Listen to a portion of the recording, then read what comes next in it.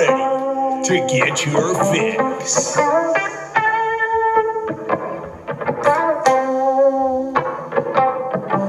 you ready? Are you ready to get your fix? Are you ready? Are you ready to get your fix? Are you ready? Are you ready to get your fix? Are you ready? Are you ready to get your fix? Are you ready? Are you ready to get your fix? Are you ready to get your fix?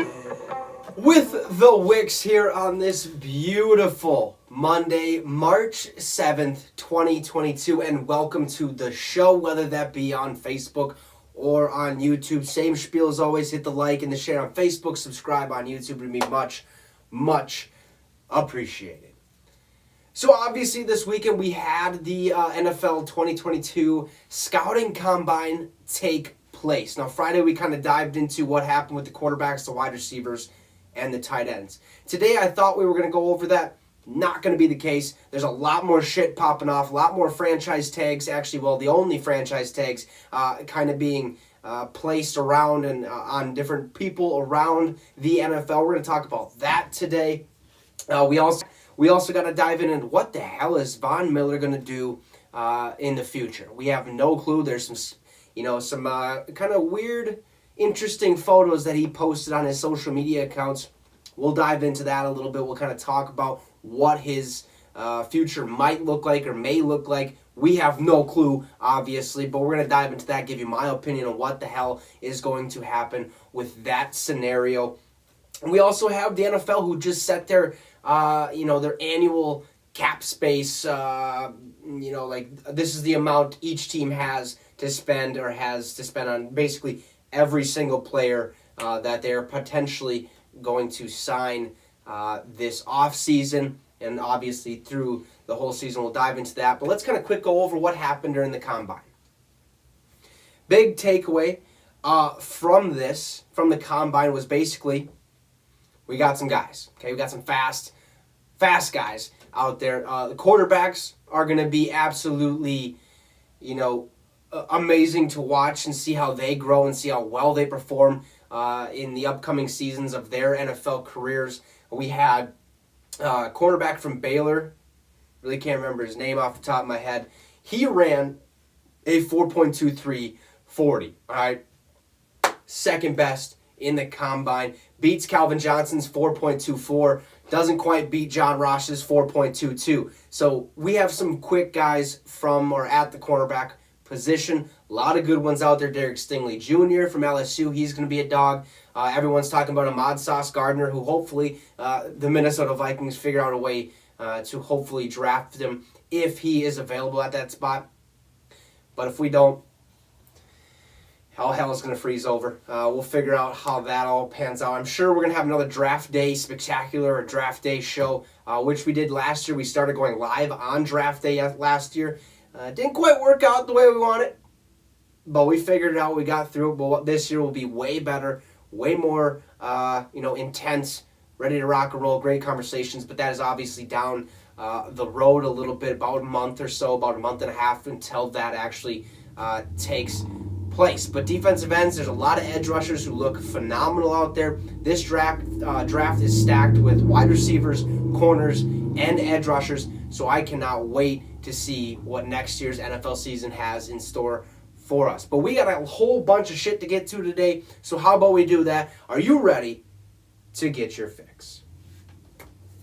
So obviously tomorrow is the franchise tagging deadline, if you will, March 8th at 4 p.m. Central Time. So that's 3 p.m. Central, or 4 p.m. Eastern Standard Time, 3 p.m. Central Time for all of you listeners out there. And there really wasn't any moves being made since it started on March 1st, which is last Tuesday. Okay, last Tuesday till tomorrow was the hold period and where you can officially franchise tag people, figure out what you're going to do with your roster going forward. There's a lot of teams that have to get under the cap still. Obviously, the Saints have to get under the cap. The Packers have to get under the cap. The Vikings We got to figure it out. There's still been no talk on the Minnesota Vikings, at least from what I've heard. Maybe the major source news or the major insiders or whatever they are kind of staying away from the Minnesota Vikings. But I'm sure once that news kind of hits, we'll figure it out. We'll be the first to talk about it. Hopefully, probably not. Who knows? All right, we'll try to get to that, to the bottom of that. But no, there's really been no noise around, okay, this guy got franchise tagged. This team's franchise tagging this guy. None of that happened until today. Or at least I think maybe last night, but I'm pretty sure today there's been multiple franchise tags that have been placed on a couple players on a couple different teams, which is really interesting because now you really get to see the full extent of what they might be leaning towards, that being signing certain people, getting the right people in the building to build their team, to make them, or give them the possibility of making a Super Bowl run, making a playoff run, and all that kind of nonsense. The first one I seen, the very first franchise tag that was placed was the Chiefs franchise tagging offensive tackle Orlando Brown, which he's projected to get about $16.5 million. So what a franchise tag basically does is, I think you can only get franchise tagged twice in your career after your rookie contract is up.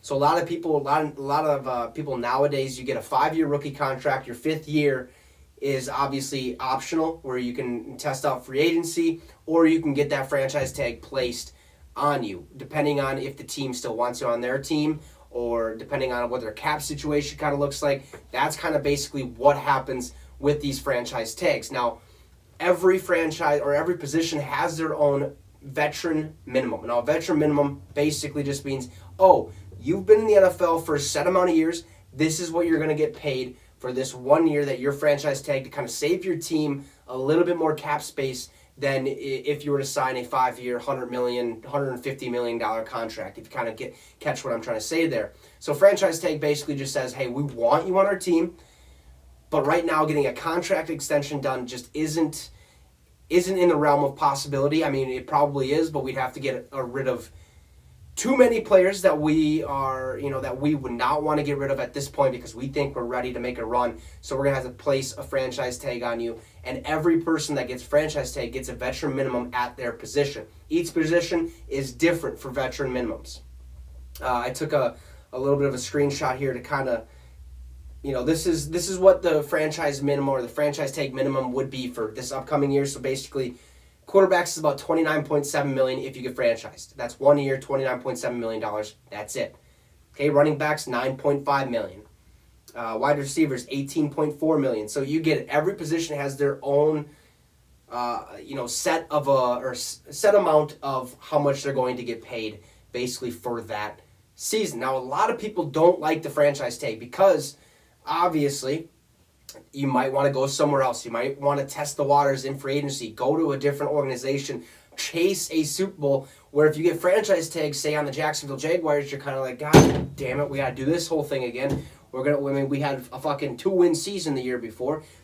I'd like to go get a ring. I'm pretty good at what I do, okay, and I think I should be paid like that, and I'd rather go somewhere else who can give me a contract extension done, so I have the potential or the possibility of potentially getting a ring. That's what I would like to do, but since you're franchise tagging me, I guess we're here, basically is how it goes. So a lot of people don't like that franchise tag.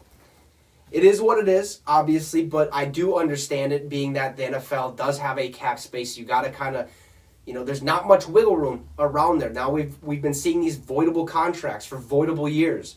Taysom Hill signed a 4-year contract worth $160 million or something like that, all voidable.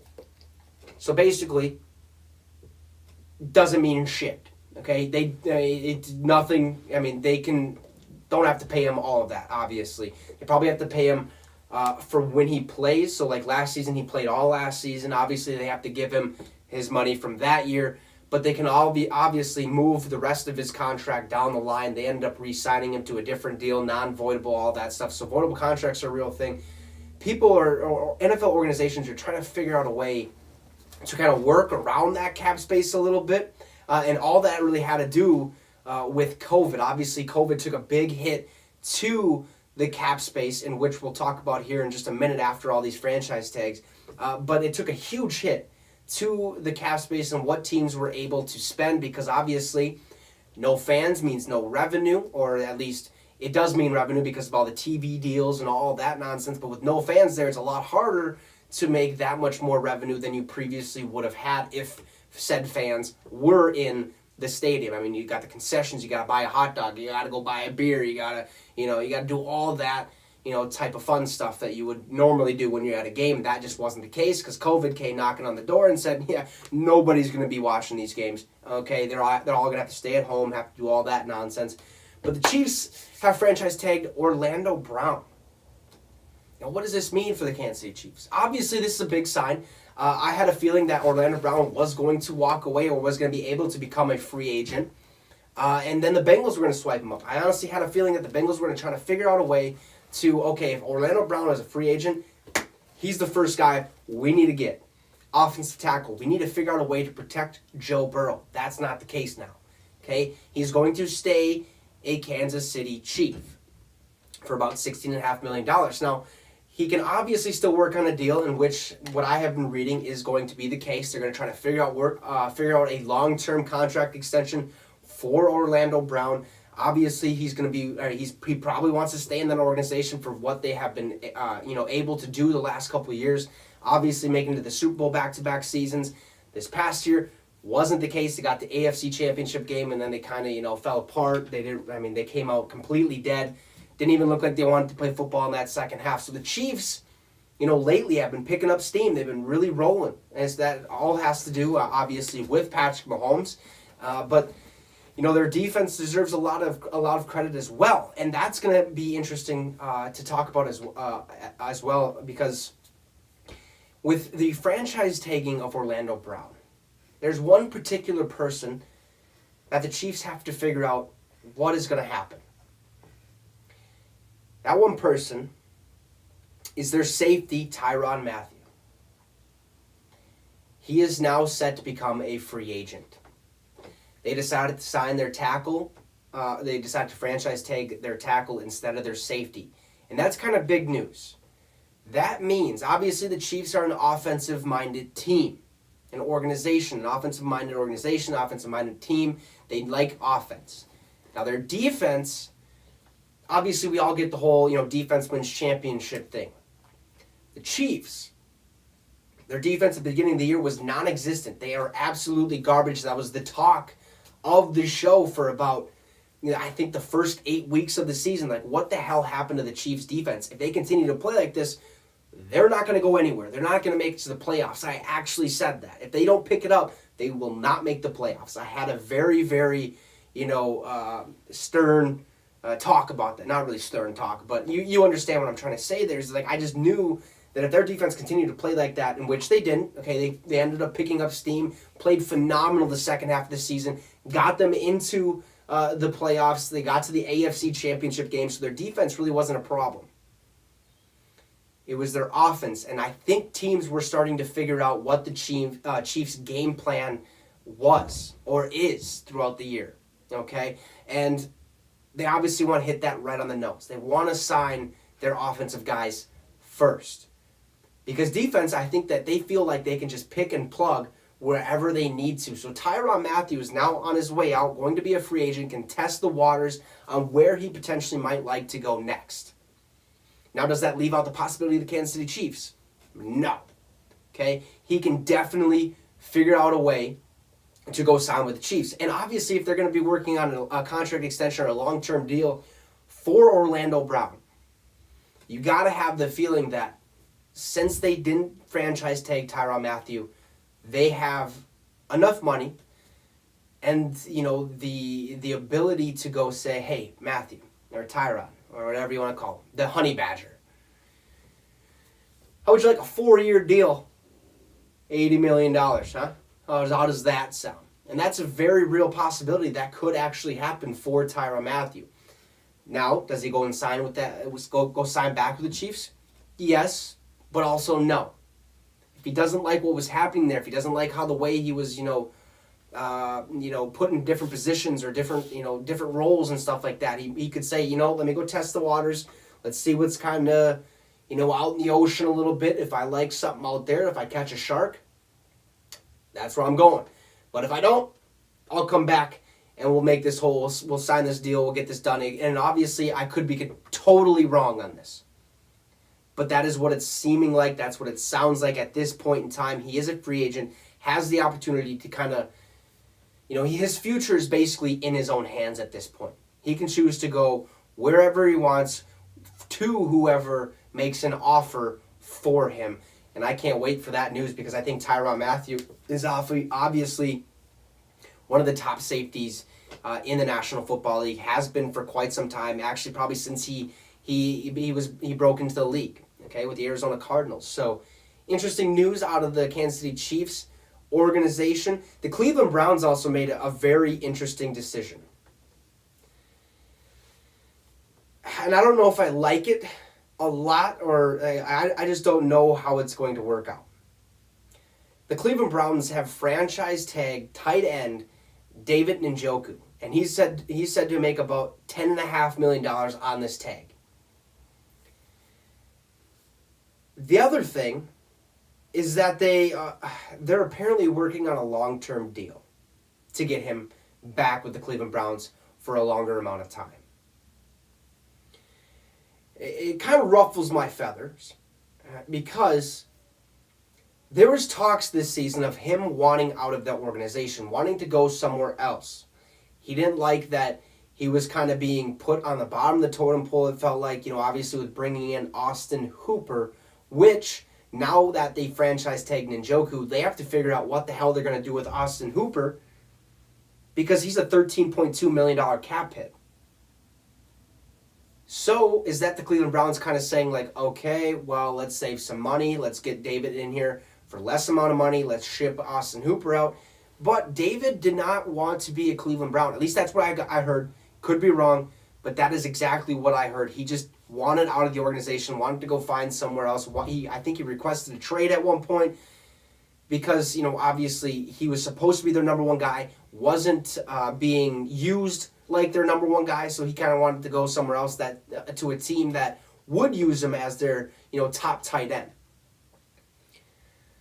So does this mean the Cleveland Browns are kind of like, hey, we want you on our team. You are our tight end, our number one tight end. I believe they still have Harrison Bryant, unless he's a free agent this year. Haven't looked that far into it. But you got to think, what is going on in that Cleveland Browns organization? Do they think that they're going to go get a big-time quarterback, even though they say Baker Mayfield is their guy? We don't know.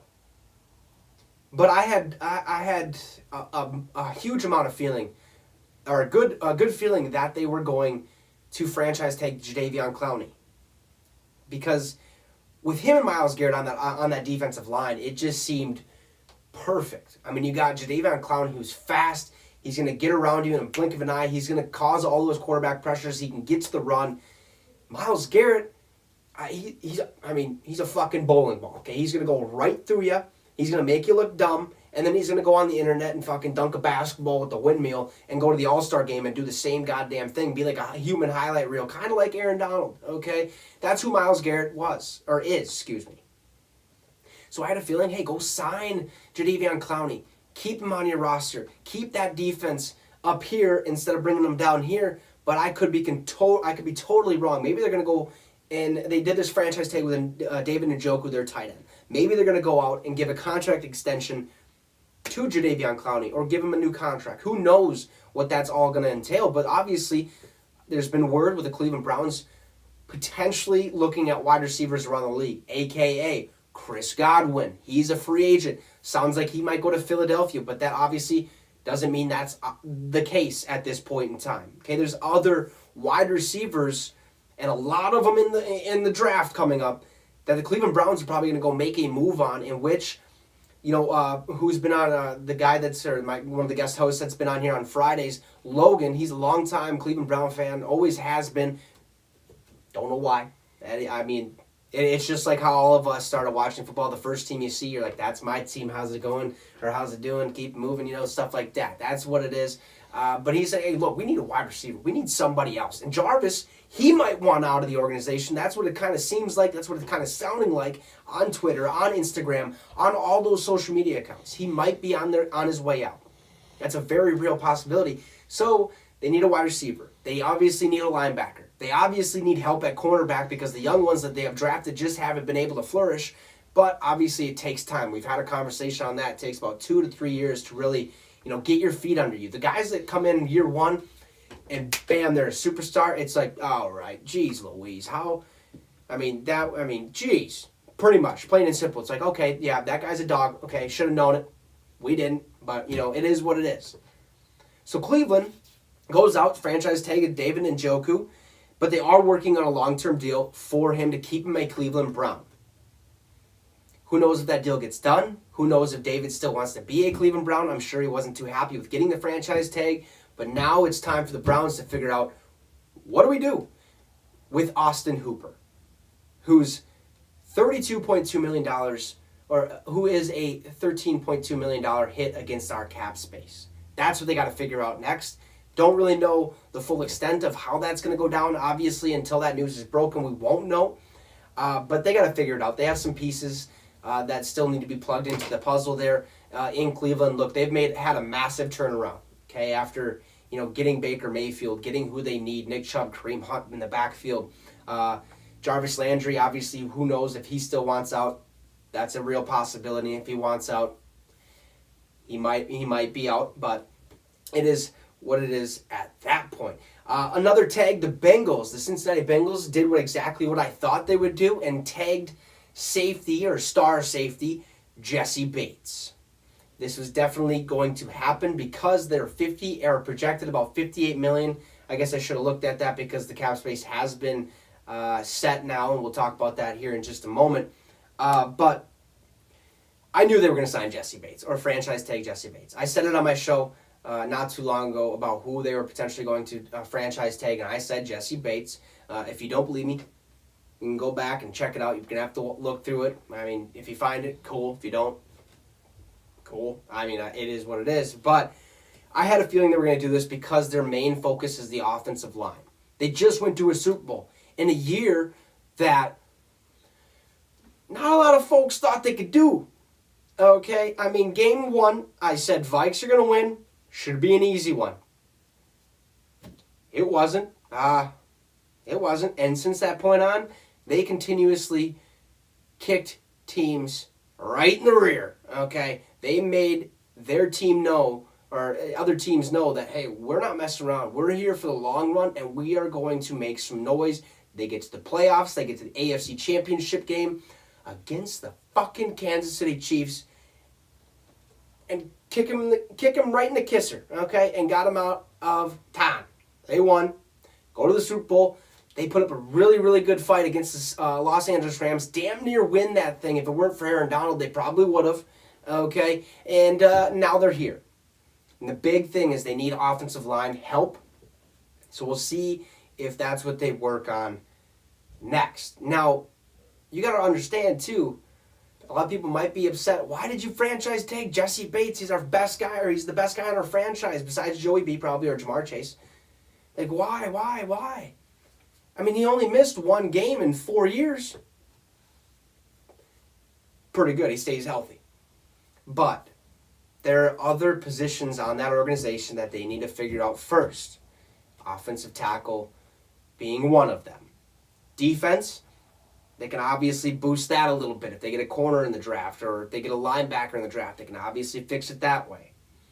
But franchise tagging, obviously Jesse Bates was a must, and it was a big-time move. They did it. I'm sure Jesse Bates doesn't care because he just went to a Super Bowl. Obviously, he probably wishes he won it, but they did franchise tag Jesse Bates. So with all these franchise tags kind of being placed finally, tomorrow is the last day. The deadline's at 4 p.m. Eastern Standard Time, 3 p.m. Central Time.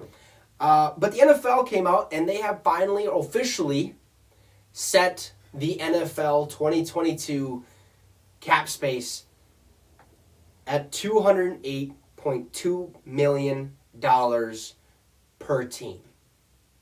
That's massive, folks. Last season, they were supposed to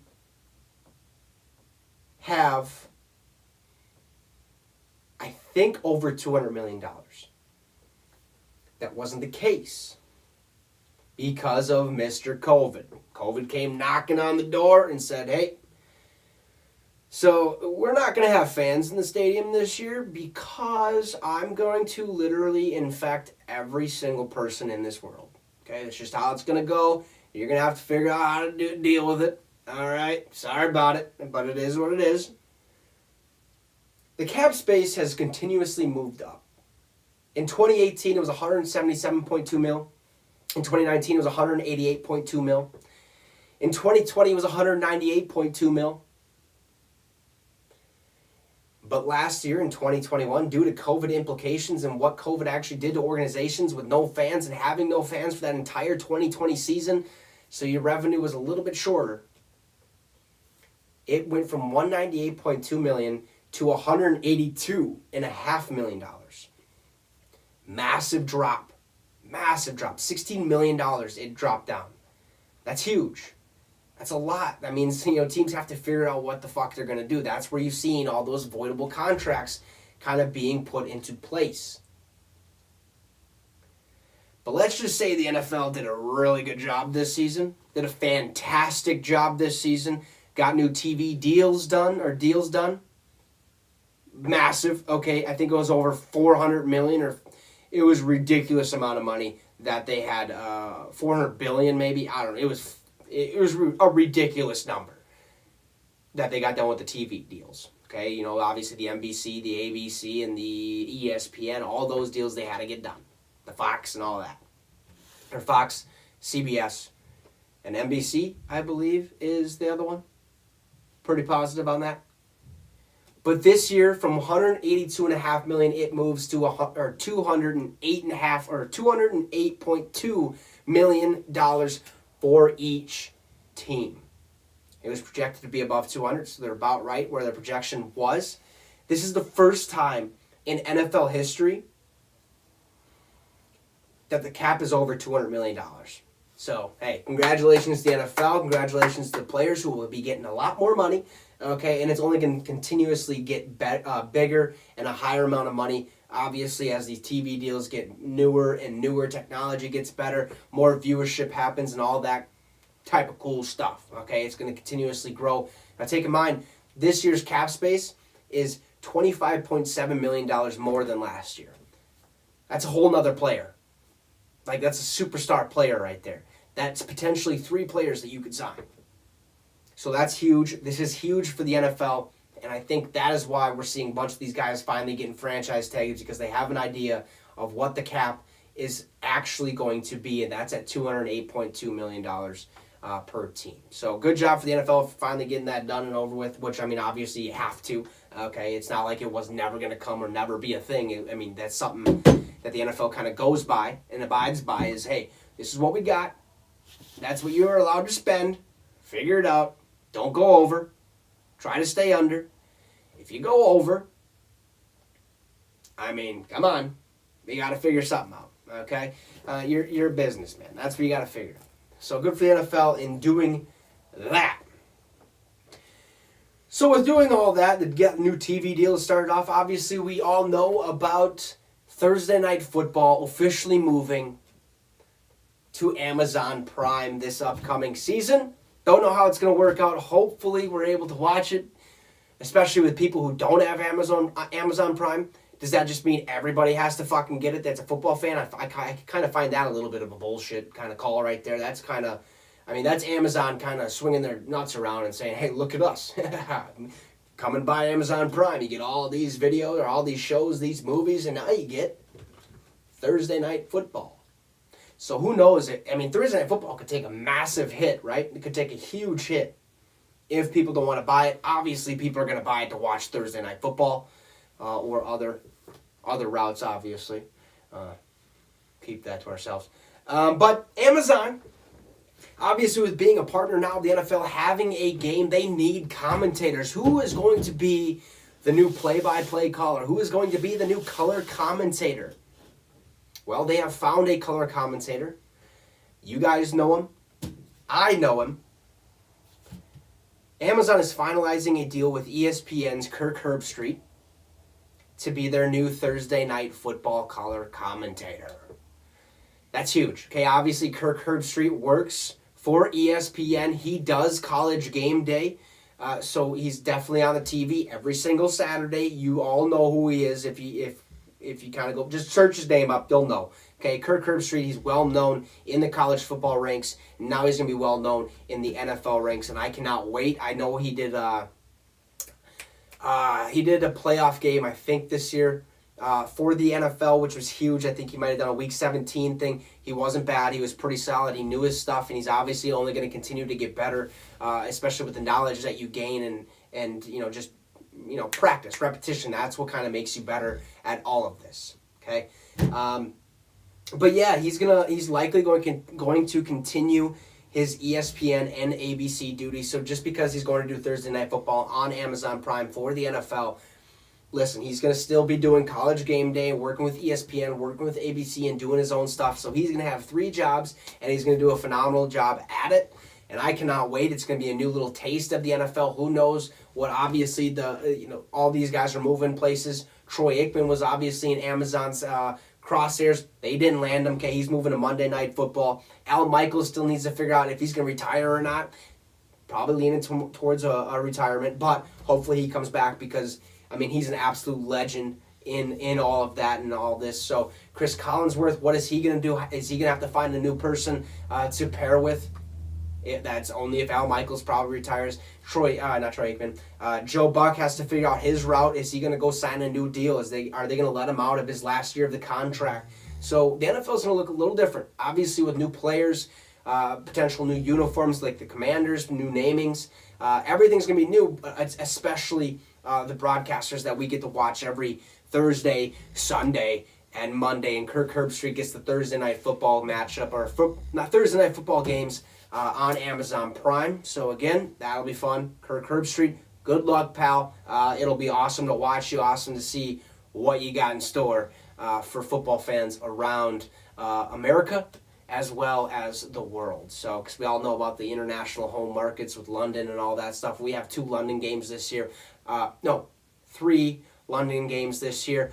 1 Germany game, okay, it's in Munich, and then we have 1 Mexico game, which is in Mexico City, Mexico, at the Azteca Stadium. So that's going to be fucking electrifying. I cannot wait. Look, football, we got some time before football happens. But, man, in the past, I thought, okay, we got the regular season, we got the playoffs, we got the Super Bowl, football is done, crumple up the paper to throw it away, we'll come back to it in about 9 months or so. So it kind of, now it's just like, oh, no, literally football is happening every single day, 24/7. News is going to happen. Season ends. Oh, okay. Then we got the combine. Oh, all right. Pro days. Okay. And then the draft is in April, obviously. Then after that, we got OTAs, OTAs. And then our rookie mini camp, OTAs, training camp, preseason, and then how you doing? Keep it moving. We got the NFL regular season. So football is continuously happening. I'm pumped about it. I'm so excited that we have stuff to talk about all the time because, what else would we be doing if not? We'd probably be telling stories of, who knows? It'd just be all over the place. But I'm glad that it's happening here today. But Von fucking Miller, he's going to be a free agent this year. And the word or the speculation was that he was going to be a Los Angeles Ram, that the Rams were going to figure out a way to sign him this coming season or this offseason. That was until, obviously, he posted a picture. Posted a picture on his Instagram, I believe it looked like, of where he was in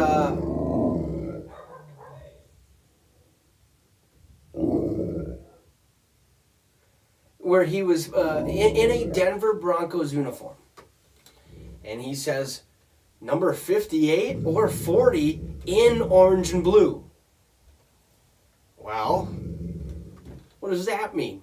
Does that mean he's potentially going back to Denver? It's what it's seeming like. It's what it looks like. It's what he made it out to be. Now, obviously, he could be trying to sway other people like, oh, I'm going back to Denver. Better come and sign me, LA, otherwise I'm gone. Or he's probably knocking on Denver's door saying, hey, I want to retire, Denver Bronco. Let's sign a 1-year deal. Let's get this over and done with. I already got my fucking ring or 2, okay? I really don't have much more to prove here, so I want to retire with you guys. I don't want to sign a 1-day contract like a lot of the other, Jeez Louise. Get your tail out of the show, dude. I'm working here. Alright? Yeah. Back talk. That's whatever. But who knows what it looks like? Right? Because obviously, being a free agent, you have the ability to test the waters in every single organization and team out there who potentially might need you or want you. Linebackers are needed in a lot of organizations. LA's probably still going to be his landing spot. In my opinion, I feel like LA is going to figure out a way to sign him once again, because with Von Miller, that defense was phenomenal, was unstoppable.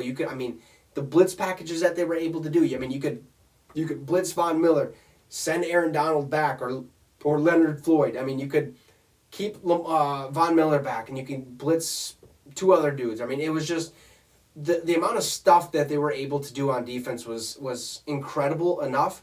And so I think this is just Von kind of picking at people. But you also could take it this way. Number 58 or 40 in orange, which is the Denver Broncos, or blue, which is the LA Rams.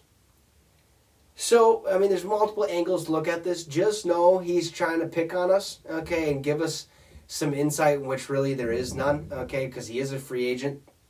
Team just got to figure out whether they want to make a move on him or not, and I think ultimately he's going to end up a Los Angeles Ram, and if he doesn't, Denver is definitely a real possibility. So let's get to the news of the hour, the sad news. I guess not really sad news, but some unfortunate news surrounding Atlanta's wide receiver, Calvin Ridley. Calvin Ridley has officially been suspended for the entire 2022 NFL season. You may ask why. And that, simply put, is he was caught gambling on NFL games this year. If you don't remember, Calvin Ridley, at the beginning of the season, said, hey, I need to take a break from football, non-football related issue or injury, or not really injury, issue. I'm going to be dealing with my mental health first. So I'm going to kind of step aside and do my own thing. That's what he did, okay? Taking the time away from the organization, from the NFL. Still under contract, by the way. While doing so, while being at home, while being away from the sport of football, Calvin Ridley decided to say, you know what? I'm going to go bet on the Atlanta Falcons. I'm going to go bet on other teams as well. I'm going to have a couple parlays, and we're going to see if we can make some money while we're sitting here. Can't do it, bud. Can't do it. Okay, look, I'm not even in the NFL, and I know that you can't do it. Okay? If you're in the NFL, if you are, I believe, I think if you are a staff, or if you're part of the staff of an organization, you can't bet at all. Insiders. Their boss is the NFL. They can't bet. Players. You play for NFL teams. You can't bet. Coaches, coaching staff. You are on an organization that is owned by the NFL. You can't bet. All these people, staffs of these organizations. I'm not so sure about the concessions people, if they are allowed, because obviously they're outside workers, but they are working for an organization. So I don't know if they can't bet. But it's more serious if a coaching staff or any person on the coaching staff decides to bet, or if players decide to bet. Pete Rose can't go into the Major League Baseball Hall of Fame because he was caught betting on himself. Kind of ridiculous, but it is what it is. He just can't do it. Can't bet. You should know that. That's probably page 1 of your contract. Hey, by the way, you can't bet on NFL games. Just can't do it. And he did it anyway. Spent about $1,500. But guess what? He's losing about $11 million for doing that $1,500 bets. I mean, I don't know the last time I put down $1,500 and lost $10 million or $11 million, because if that happened, oh boy, like yeah, I'm gonna be homeless at that point. It just doesn't happen. But that is, why that's the case. It's because he has an $11.116 million salary that is going to come off of Atlanta's book this season. And what it also does is it takes the last year of his contract that he was supposed to play this season for the Atlanta Falcons now gets picked up, okay, you're not doing that, and moved over to the 2023 season. So next year will be his last year with the Atlanta Falcons. He is suspended this entire year without pay, because that's how he loses $11 million. Because he decided to go make a few parlays on whatever sports book it was, just to make a little extra cash while he was sitting on the couch. Can't do it. Okay? The NFL released a statement. I'll do my best to read it. But they basically said, NFL Commissioner Roger Goodell today suspended Calvin Ridley of the Atlanta Falcons indefinitely through at least the conclusion of the 2022 season for betting on NFL games in the 2021 season. The activity took place during a 5-day period in late November 2021 while Ridley was not with the team and was away from the club's facility on the non-football illness list. Okay? No illness, no injury, no nothing. He was dealing with his mental stability, his mental health. That's what he was dealing with. That's what he said. That's what the report was. It also goes on to say a league investigation uncovered no evidence indicating any inside information was used or that any game was compromised in any way. Nor was there evidence suggesting any awareness by coaches, staff, teammates, or other players of his betting activity. So nobody had a fucking clue that he was doing this, okay? And apparently no game was compromised. Nothing happened. He just bet. That's all it was. No information was, given to him to say, hey, this is going to happen today, so bet on that because you're going to want to. That was not happening, apparently. We don't know, but that's what the investigation has led to. In a letter to Ridley notifying him of his suspension, Commissioner Goodell wrote, "There is nothing more fundamental to the NFL's success and to the reputation of everyone associated with our league than upholding the integrity of the game. This is the responsibility of every player, coach, owner, game official, and anyone else employed by the league." So like I just said, if you're employed by the NFL, can't do it. Okay? Your actions put the integrity of the game at risk, threaten to damage public confidence in professional football, and potentially undermine the reputations of your fellow players throughout the NFL. So you fucked us. Okay? How are people going to most significant violations of league policy warning the most substantial sanction? In your case, I acknowledge and condemn you for your promptly reporting for an interview and for admitting your actions. So the investigation was started. Calvin Ridley said, all right, you know what? I'll come in and talk. He sat down and talked and said, yeah, look, put $1,500 down on a couple parlays. Yeah, that's basically what I did. I apologize for it, but what are you going to do? Okay, I lose $11 million anyways because you're going to suspend me for a year. So he sat down, he took control of his own actions or admitted his own actions and said, hey, I'm sorry about it.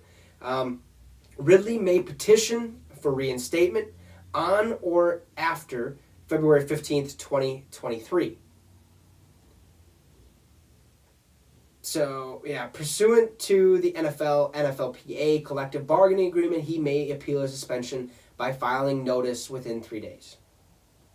So, I say this is big news because obviously he's suspended for a whole season. But, like I said earlier, Pete Rose can't go in the Hall of Fame for the MLB because he betted on himself. Calvin Ridley, like the article just stated, like the whatever it was, this is the most significant violation. You can't do it. 1 season is for sure. But him playing in the NFL ever again might not happen. It's a big possibility that we may never see Calvin Ridley put on an NFL uniform again. Doesn't matter if you put $1,500 down. Okay? It doesn't matter at all. He is an employee of the National Football League. In your contract, it says no betting if you're employed by the NFL. And that's exactly what he did. And guess what? Because of his actions, the Atlanta Falcons are probably going to be the worst team in football next year.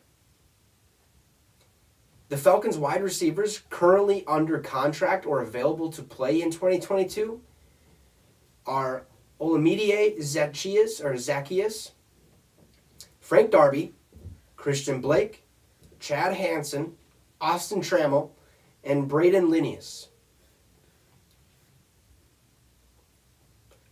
I don't know a single one of them, except for Olamide, yeah, because he had to play ad nauseum last year.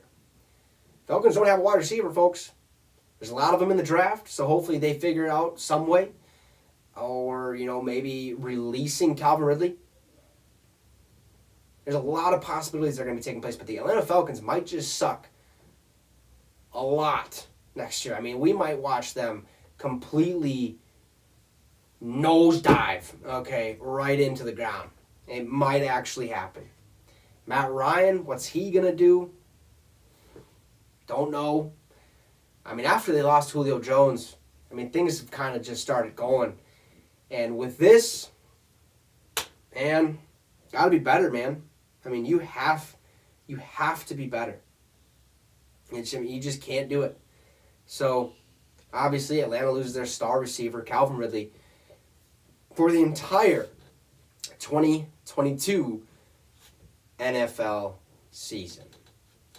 So that is all I have for you guys today.